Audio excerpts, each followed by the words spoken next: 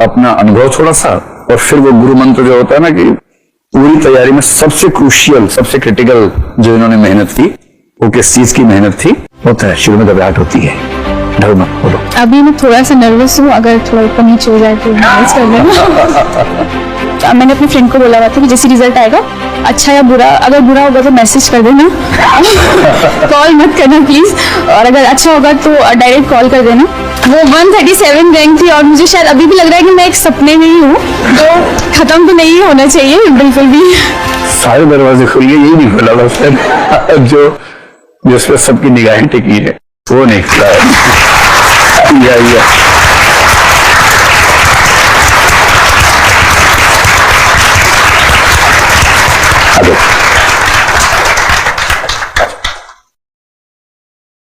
इनको बुके कौन देगा? अच्छा आप आ जाओ, इनको दो भाई, ये कल से इस ताक में बैठी हुई थी।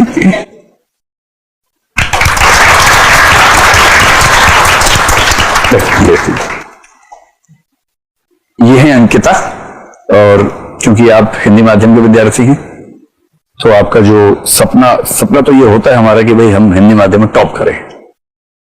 तो इस बार के रिजल्ट में अभी तक की जो जानकारी हमारे पास है उनके हिसाब से मेरे ख्याल से वो फाइनली मान सकते हैं हिंदी माध्यम का सर्वोच्च रैंक जो कि इस बार 137 है वो अंकिता का है। तो अंकिता हमारे साथ अस्मिता और मेंटरशिप प्रोग्राम में रही हैं और इनका वैकल्पिक विषय इतिहास है।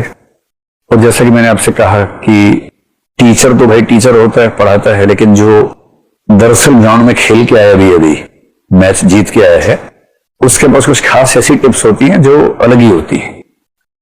तो वो टिप्स आपको जाननी है, सीखना है और कोशिश करनी कि आज से 2 साल के बाद आप यहाँ खड़े और मैं आपका परिचय ऐसे करवाऊं। यही करना है ना, एकदम सबकी आंखों में चमक है कि बस अगला नंबर मेरा ही है। अगले से अगले साल, बीच में 1 साल और आने वाला है, आपको 26 में एग्जाम देंगे ना, हाँ, तो बीच में 1 साल और कुछ लोग आएंगे, उसके बाद आप लोग यहाँ आने की कोशिश कर सकते हैं, है ना। तो अब मैं अंकिता को माइक दूंगा, ये आपको अपना अनुभव थोड़ा सा, और फिर वो गुरु मंत्र जो होता है ना कि पूरी तैयारी में सबसे क्रूशियल, सबसे क्रिटिकल जो इन्होंने मेहनत की, वो किस चीज की मेहनत थी, किस चीज पे ध्यान दिया, ताकि आप अभी से उन चीजों पर ध्यान देना शुरू कर दें। ठीक है, लीजिए। होता है शुरू में घबराहट होती है, डरो मत, बोलो। हेलो, आप लोग हौसला बढ़ाओ इनका। हाँ,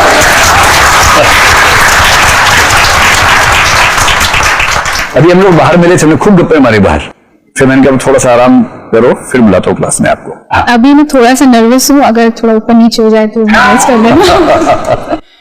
तो मेरा नाम अंकिता कांति है और इस बार मेरी 137 रैंक आई है, जो कि जैसा कि मुझे भी सुनने में आया है कि शायद हिंदी मीडियम में मैं टॉपर हूँ।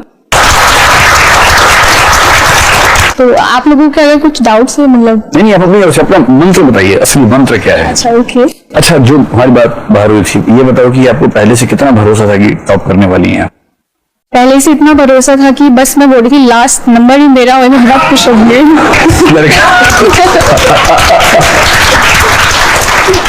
इसलिए टॉप करने का दावा नहीं करना है, मेहनत करनी है, टॉप हो जाता है ना, उसका दावा। मैं बहुत ज्यादा डाउट में थी कि लग रहा था कि क्योंकि जो मेरा बोर्ड था उसमें आप लोग मानोगे नहीं, 6 बच्चों का एक बोर्ड होता है, जो मतलब 6 बच्चों का ग्रुप होता है जो कि एक बोर्ड के पास जाते हैं। तो उसमें से 5 के 5 लगभग सिलेक्टेड थे, जो ऑलरेडी या तो यूपीपीसीएस में सिलेक्टेड थे या फिर कुछ अच्छी जॉब में थे। उनके बीच में बेरोजगार मैं ही वहां पे बैठी हुई थी।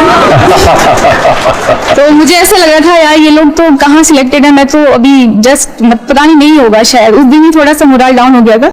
बट लग रहा था कि नहीं, अगर मैं यहाँ तक पहुंची हूँ तो बहुत सारी मतलब अप्स एंड डाउन्स वाली फीलिंग्स आ रही थी कि शायद होगा, फिर दूसरी सेकंड नहीं आज नहीं होगा। बट जब रिजल्ट आया तो मैंने रिजल्ट देखा भी नहीं, क्योंकि मैंने अपने फ्रेंड को बोला हुआ था कि जैसे रिजल्ट आएगा, अच्छा या बुरा, अगर बुरा होगा तो मैसेज कर देना, कॉल मत करना प्लीज, और अगर अच्छा होगा तो डायरेक्ट कॉल कर देना। तो और आज जो से जिस टाइम रिजल्ट आया उस टाइम पे हम लोग कॉल पे ही थे और मुझे लग रहा था कि शायद आज भी नहीं देंगे, क्योंकि 21 को भी बोल रहे थे कि रिजल्ट आने वाला है, बट आया नहीं था उस दिन। तो हम लोग लास्ट जैसे रिजल्ट आया तो उसने बोला कि तुम्हारी 137 आई है, मतलब 137 होगी।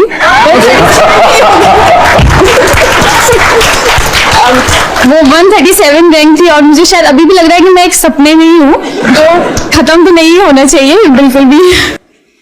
तो हाँ, अगर मैं आप लोगों को कुछ टिप्स में देना चाहूँ तो सबसे मुझे जो लगता है वो प्रीलिम्स एक बहुत बड़ा चैलेंजिंग एक फेज है, जिसमें कि सीसेट मुझे ज्यादा चैलेंजिंग लगता है, क्योंकि आप लोग मानोगे नहीं, मैंने एमएससी फिजिक्स से किया हुआ है और मैं अपने 12th में मैंने अपना डिस्ट्रिक्ट टॉप किया था और उत्तराखंड में मेरी 4th रैंक थी।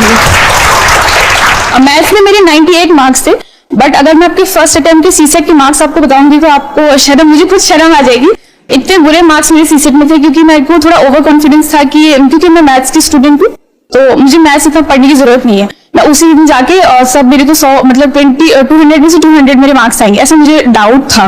मतलब अपने पे ऐसा था कि नहीं हो ही जाएगा। और जब सीसेट का पेपर मैंने दिया तो सबसे बड़ी गलती मैंने करी, मैंने पैसेज अटेम्प्ट नहीं करे और शुरू के 1.5 घंटा एक पैसेज भी अटेम्प्ट नहीं करा और उसके बाद लगा अब करना पड़ेगा पैसेज अटेम्प्ट, और जब पैसेज अटेम्प्ट करे तो सारे के सारे गलत, और जो मार्क्स आए वो इतने बुरे मार्क्स आए कि मैं आपको बता भी नहीं सकती हूँ फर्स्ट अटेम्प्ट में।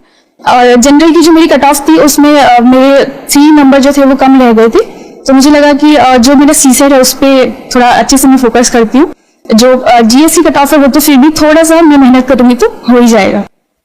ये कौन सा अटेम्प्ट था? ये मेरा सेकेंड अटेम्प्ट है। सेकेंड अटेम्प्ट था।